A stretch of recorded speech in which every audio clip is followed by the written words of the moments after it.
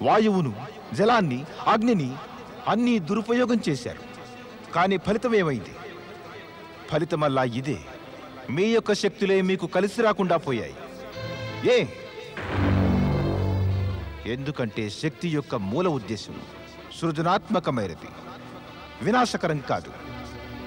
మీ అందరి యొక్క శక్తులు వినాశం కలిగించడంలో సఫలీకృతం కాలేదు.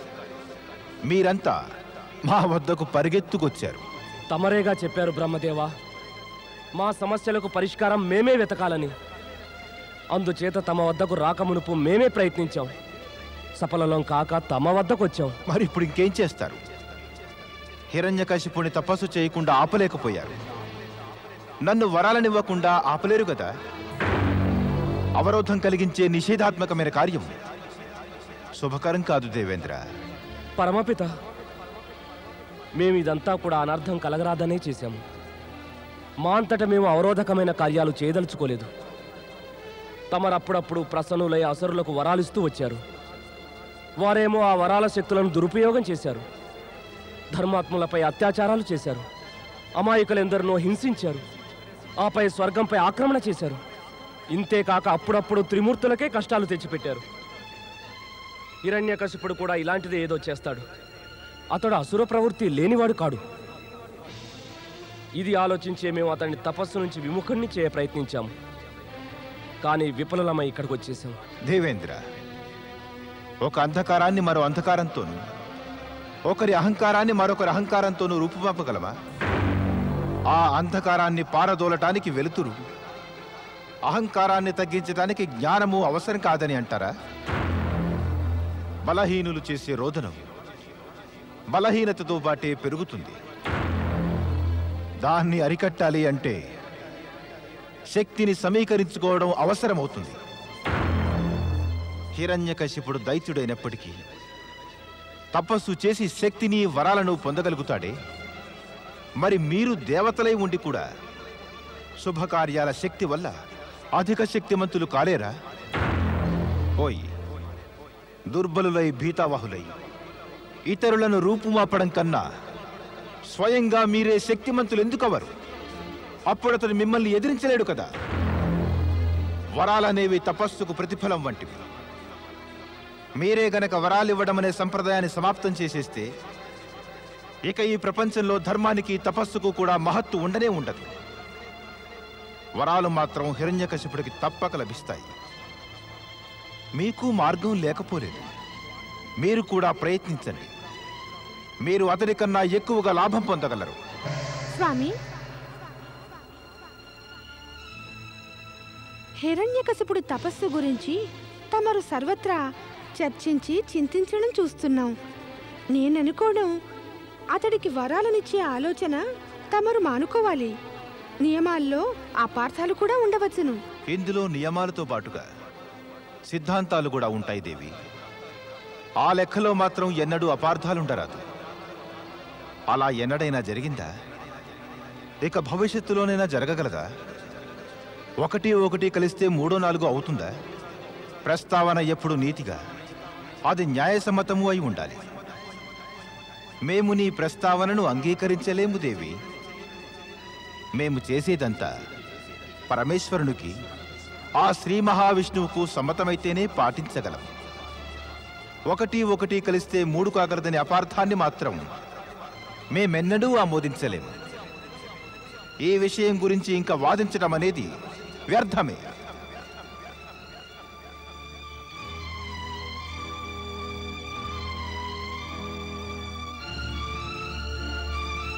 ఓం బ్రహ్మదేవాయ నమః.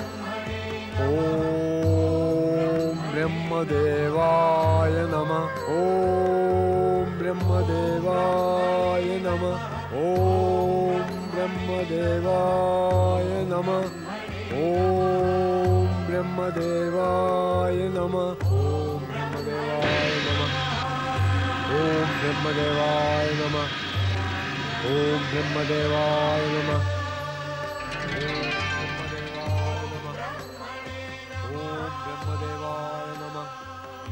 ఓం బ్రహ్మదేవాయ నమః. దేవేంద్ర, ఈ జ్వాలలు తప్పక స్వర్గంలో ప్రవేశిస్తాయి. మనం ఇక పారిపోవలసిందే. ఈ దైత్యుడి తపస్సుకు భంగం కలిగించేందుకు ఏదో ఉపాయం చెప్పండి. ఓం బ్రహ్మదేవాయ నమః. నేను ఈసారి ఎటువంటి ఉపాయం చెబుతానంటే మెగదేవా, ఈ దైత్యుడిక తన తపస్సును మానుకోవడం తప్ప ఏమీ చేయలేడు.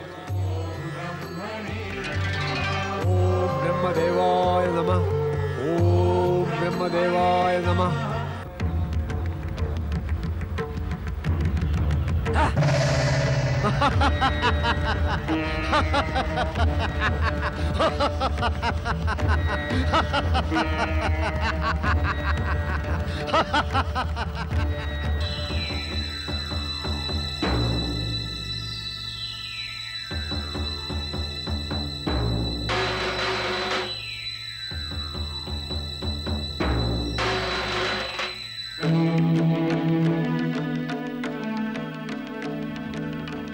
అసుర మహారాణి కయాదుకు జయము. అసుర మహారాణి కయాదుకు జయము. సేనాపతి దుందువీనినాదా, నీవిక్కడికి ఎందుకు వచ్చావు? మా సైన మందిరానికి రాగలిగే దుస్సాహసం ఎలా చేశావు?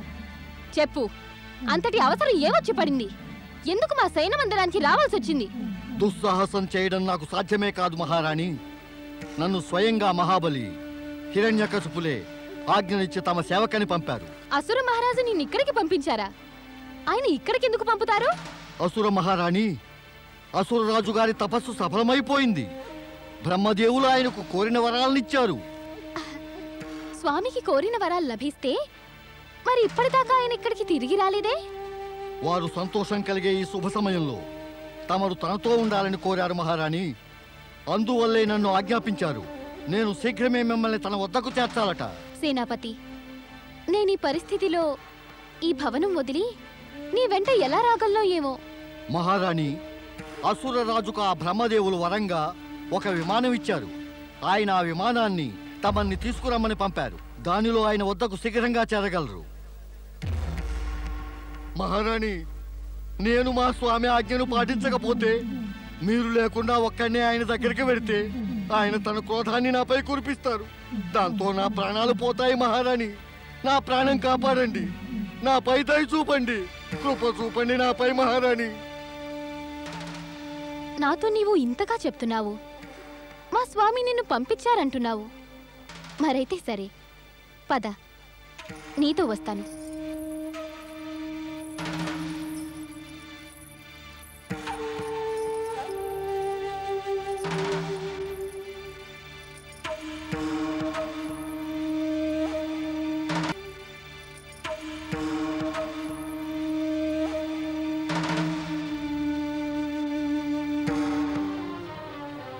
దేవేంద్ర, నీవు నా పట్ల నీచంగా ప్రవర్తించావు, దురాగతం చేశావు, మోసం చేశావు నన్ను.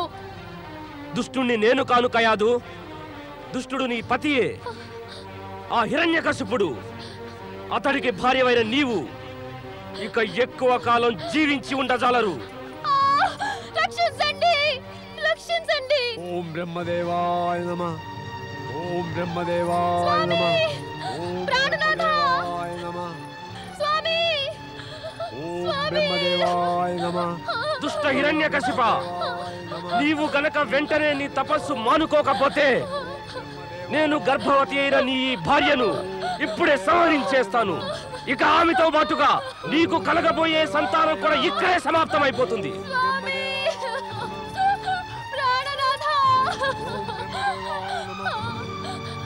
ఓం బ్రహ్మదేవాయ నమః. ఓం బ్రహ్మదేవాయ నమః. స్వామి, తమరి సమక్షంలో ఈ దుష్ట దేవేంద్రుడు గర్భవతినైన నాపై అత్యాచారం చేస్తున్నాడు. తమరేమో ఇదంతా సహిస్తున్నారు, మౌనంగా కూర్చున్నారు. స్వామి, తమకు తమ తపస్సు గురించి పట్టినట్టుంది. నేను కాదు. నన్ను దుష్టుడి బారి నుంచి కాపాడండి స్వామి.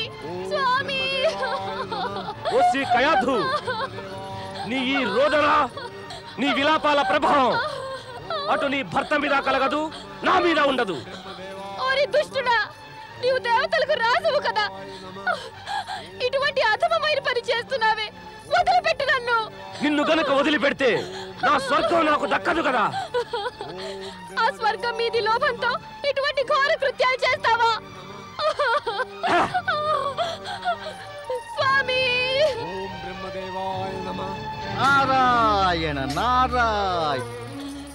రక్షించండి దేవర్షి, దేవేంద్ర. రక్షించండి. దేవర్షి, తమరు ఇక్కడికి వచ్చారే? అవును దేవేంద్ర, దుష్టుడెప్పుడు అనుకుంటాడు తన దుష్కర్మలను ఎవరూ గమనించరని. కానీ అలా జరగదు దేవేంద్ర. కార్యం ధర్మమైనా లేక అధర్మమైనా అది తన ఉనికి గురించి ఎలుగెత్తి చెబుతుంది. అది తన నగారా ముందుగానే మోగిస్తుంది. దేవర్షి, తమకు బహుశా తెలియదేమో. దేవేంద్ర, నాకంతా పూర్తిగా తెలుసు. నాకిది కూడా తెలుసు. కొద్ది సమయం క్రితమే పరమపిత బ్రహ్మదేవులు తమకు ఎంతో నచ్చచెప్పారు. అంధకారం వల్ల అంధకారం దూరం కాజాలదని. కానీ ఆయన ఇచ్చిన జ్ఞానమంతా బూడిద పాలైనట్టుంది. తమరు సిగ్గు లేకుండా ఒక అసహాయురాలు గర్భవతి అయిన స్త్రీపై అత్యాచారం చేయబూనుకున్నారే. ఈమె హిరణ్యకశిపుడి భార్య దేవర్షి. హిరణ్యకశిపుడు దుష్టుడే, దైత్యుడే, అధముడే. కానీ మీ మాటేమిటి దేవేంద్ర? ఆ హిరణ్యకశిపుడు తమ కులంలోని ఏ స్త్రీనైనా అవమానించాడా? మరి మీరు అతడి భార్యను వధించడానికి పూనుకున్నారే. నారాయణ నారాయణ. తమరు అధములే దేవేంద్ర, తమరు దుష్టులే. ఏ దుష్టుడైనా సరే ఇంత కష్టం ఎప్పుడూ కలిగించడు. ఎవరైనా అధముడు ఒక ధర్మాత్ముడి వేషంలో కష్టపెట్టినట్టుగా. పరిస్థితిని అర్థం చేసుకోవడానికి ప్రయత్నించండి దేవర్షి. శత్రువు భార్యను చంపితేనే దేవతలకు హితం కలుగుతుంది. ఇందులో ఎలాంటి దుష్టత్వం? ఎందుకు సిగ్గుపడాలి? తమరి వివాదం చేయకపోతేనే మంచిది కాగలదు మునివర్య. నేనిప్పుడే ఈమెను సంహరించేస్తాను. దేవేంద్ర, కయాధును సంహరించే ముందుగా తమరు నన్ను సంహరించాల్సి ఉంటుంది. నాకిది చాలా బాగా తెలుసు. తమరు నన్ను సంహరించేంత సాహసం ఎన్నడూ చేయలేదు.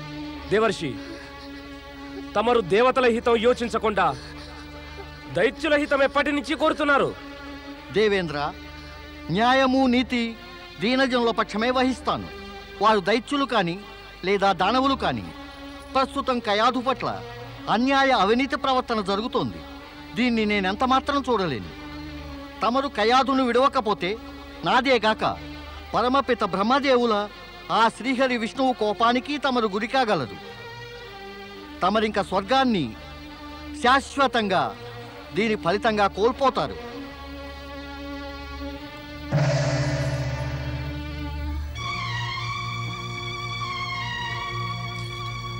కయాధు, నీవిక ఇంద్రుణ్ణి ఇతర దేవతలను చూసి భయపడవలసిన అవసరం లేదు.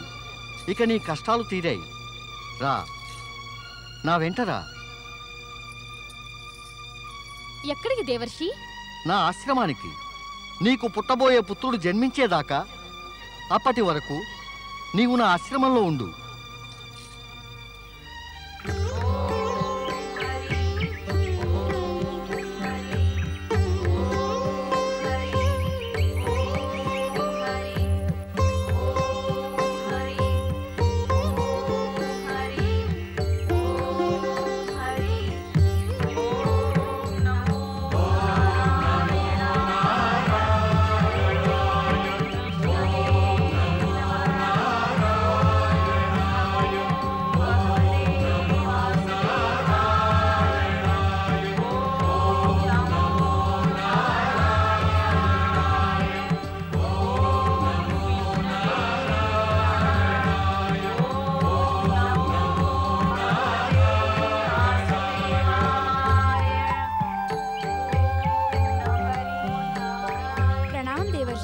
కళ్యాణమస్తు.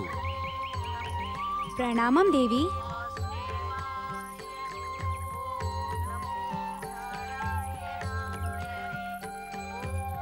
కయాధు, నీవిక్కడ నిర్భయంగా ఉండవచ్చును. నీకిక్కడ ఎలాంటి బాధలు, ఎటువంటి కష్టాలు ఏమీ ఉండబోవు. కష్టాలా? దేవర్షి, ఇలాంటి దివ్యమైన ఆనందమయ వాతావరణంలో కష్టాలనేవి ఎన్నడూ ప్రవేశించనే లేవు కదా.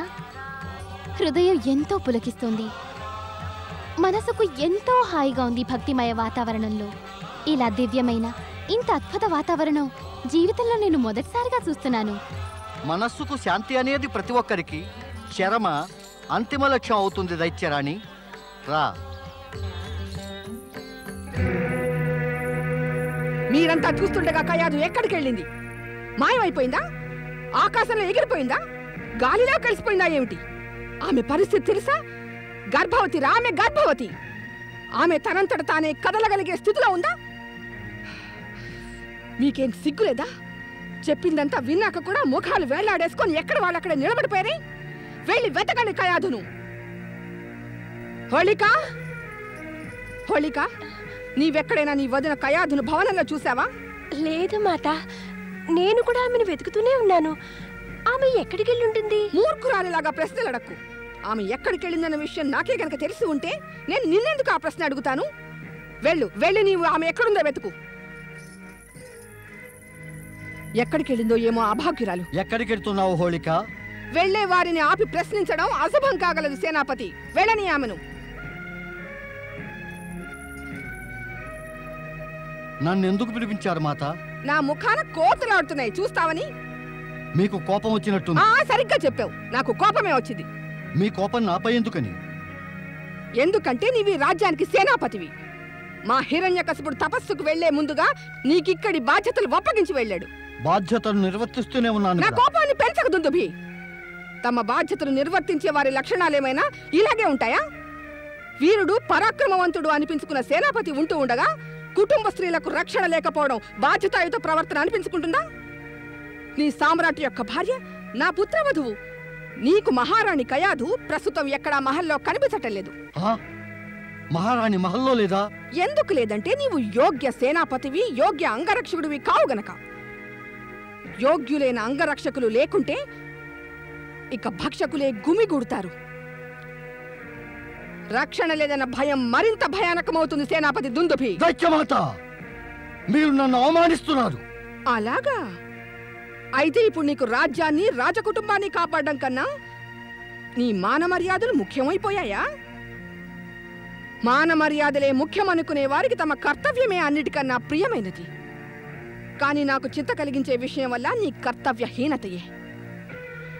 తన రాజకుటుంబాన్ని రక్షించలేకపోయిన సేనాపతి ఇక తన సంపూర్ణ రాజ్యాన్ని ఎలా రక్షించగలుగుతాడు? దైత్యమాత, తమను నన్నే తప్పుపడుతున్నారా? వెళ్ళు, నీవు వెళ్ళిపో ఇక్కడి నుంచి. ఇక భవిష్యత్తులో నీ అప్రియ ముఖారమిందని నాకు చూపించవద్దు. ఇక ఇంతకన్నా ఎక్కువ అవమానం నేను సహించలేను. నాకు ఏమాత్రం ఇష్టం లేదు నీవు ఇలా అవమానం సహిస్తూ పడి ఉండటం. వెళ్ళిపో.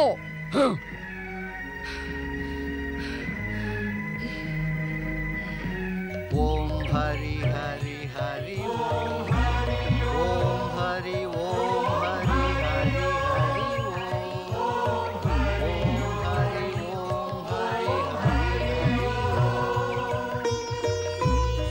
ఓం నమో భగవతే వాసుదేవాయ.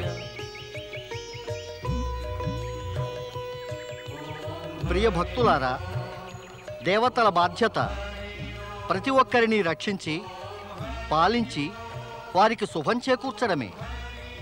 పరాత్పరుడు శ్రీ మహావిష్ణువు ప్రపంచాన్నే పరిపాలిస్తారు. ఏ ప్రజలైతే ఆయన నామస్మరణ కావిస్తారో భక్తవత్సలుడు శ్రీ మహావిష్ణువు వారి భక్తి వల్ల ప్రసన్నులై వారిని ఎల్లప్పుడూ కాపాడుతూనే ఉంటారు. మరి భగవంతుడి రక్షణ పొందాలంటే భక్తుడిలో కూడా కొన్ని సుగుణాలుండటం అవసరమే కదా? ఎంతో అవసరమే. భక్తుడికి భగవంతుడికి గల సంబంధం అనుపమానమైంది. ఎవరైనా సరే హింసకు, ద్వేషానికి, క్రోధానికి దూరంగా ఉంటూ దయ, దానం, ధర్మం మొదలైన దైవిక గుణాలతో జగతిలో శాంతి సౌఖ్యాలను అభివృద్ధి చేస్తారో వారికే భక్తులు కాగలిగిన అర్హత ఉంటుంది. అలా ఎవరికైనా భక్తులు కాగలిగిన అర్హత ఉంటే వారికి తమ భక్తి ద్వారా భగవంతుణ్ణి పిలవగలిగిన పటిమ కూడా ఉంటుంది. భక్తులు ధర్మాన్ని పాటించడం కూడా అవసరమే అవుతుంది కదా దేవర్షి? అవును. ధర్మానికి అర్థమేమంటే ధారణ చేయడం. మంచి ఆలోచనలను, మంచి గుణాలను లోకహితానికై వినియోగిస్తూ వాటిని ఆచరించడమే ధర్మం అనిపించుకుంటుంది. మరి కర్తవ్యమో? ధర్మము, నీతి, న్యాయం, ఇతర దైవిక గుణాలను అనుసరించి ఆచరిస్తూ ఉన్నవారంతా ఎటువంటి కార్యాన్ని చేసినా కూడా దాన్నే కర్తవ్యం అంటారు. ఉదారులైన వారే ఇదంతా చేయగలరు. కఠోరులు, నిర్దయులు అటు ధర్మాన్ని పాటించలేరు, కర్తవ్యము అంతే. ఏ వ్యక్తి ఉదారుడో అతడే ధర్మాన్ని, తన కర్తవ్యాన్ని కూడా నెరవేర్చగలడు. ఉదారులు కాని వారెవరైనా వారి వల్ల ధర్మము, వారి కర్తవ్యము రెంటికి అధోగతి పడుతుంది. ఉదార గుణం ఇంకా అభివృద్ధి అయితే ఇక ధర్మం, దాంతో కర్తవ్యం రెండిటి మార్గము సుగమమవుతుంది. అనేక ధర్మాత్ములు, సత్పురుషులు కూడా ఉదార గుణాన్ని ఆచరించి ధర్మాన్ని, తమ కర్తవ్యాన్ని పాటించారు. దేవర్షి, తమరిని ప్రశ్నలు అడిగి తమరినెంతో కష్టపెట్టానేమో. లేదు దైత్యరాణి, నిజం చెప్పాలంటే నీవీ ప్రశ్నలను నీ గర్భంలోని శిశువు యొక్క ప్రేరణ వల్లనే అడుగుతున్నావు. అంటే ఈ శిశువు తమరు చెప్పింది వింటూ తమరిచ్చిన జ్ఞానాన్ని కూడా పొందాడన్నమాట. దైత్యరాణి, ఈ శిశువు సామాన్యుడు కాడు సుమా. దైవిక గుణాలతో నిండిన తేజస్వి అవుతాడు. ఓం హరి ఓం హరి హరి హరి ఓం ఓం హరి ఓం హరి హరి హరి ఓం హరి ఓం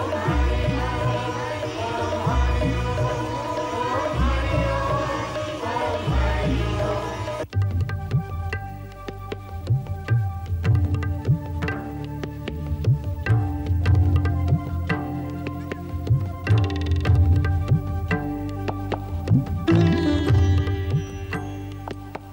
పతి పరమేశ్వరాయ నమో నమః.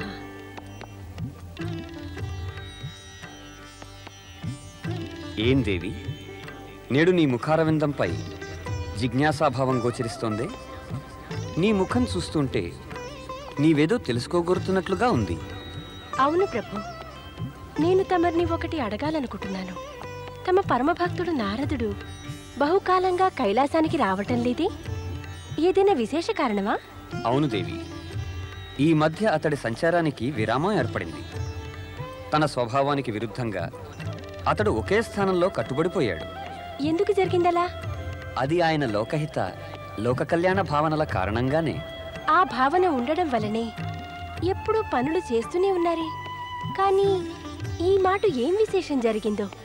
ఆయన ఒకే చోటు కట్టుబడి ఉండడానికి ఆయనను కట్టి పడవేసి అలా ఉంచగలిగినట్టిది ఎవరో ఏమో.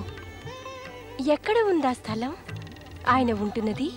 ప్రస్తుతం ఆ స్థలము, ఆ వ్యక్తిని గురించి వెల్లడించడం ఉచితం అనిపించుకోదు దేవి. సమయం వచ్చినప్పుడు పూర్తి నిజం నీవే తెలుసుకుంటావు.